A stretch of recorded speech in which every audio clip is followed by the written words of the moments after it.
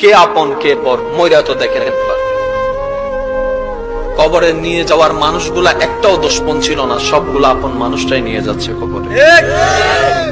আমি চিৎকার দিয়ে আওয়াজ দিয়ে বললাম, ভাই তোরা তো জানিস আমি কবরে থাকতে পারি না, তোরা তো জানিস আমি অন্ধকারে শুইতে পারি না, তারপরও আমার জন্য কবরটা খুঁড়ে দিলি। খাটের নিচে যখন চোখ দিয়ে তাকালাম, ইমানদার ভাই মনের কান দিয়ে শুনুন, খাটের নিচ দিয়ে যখন চোখ দিয়ে তাকালাম, মনে মনে ভাবলাম হয়তো শত্রুরাই কবরের দিকে নিয়ে যাচ্ছে। যখন নিচে তাকাই দেখলাম চোখ কপালে উঠে গেল, একজনও আমার দুশমন নাই, সব আমার আপন গুলাই আমাকে খাটের মধ্যে নিয়ে কবরের দিকে নিয়ে যাচ্ছে।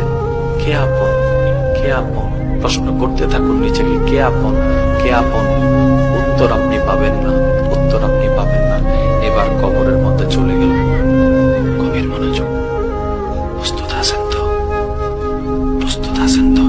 ইনশাআল্লাহ প্রস্তুত আছেন তো? ইনশাআল্লাহ। লাশটা কবরে রেখে দিল, উপরে আস্তে আস্তে চাটাই দিচ্ছে, ওই পাশের ফাঁকে ফাঁকে কিছুটা আলো ঢুকছে।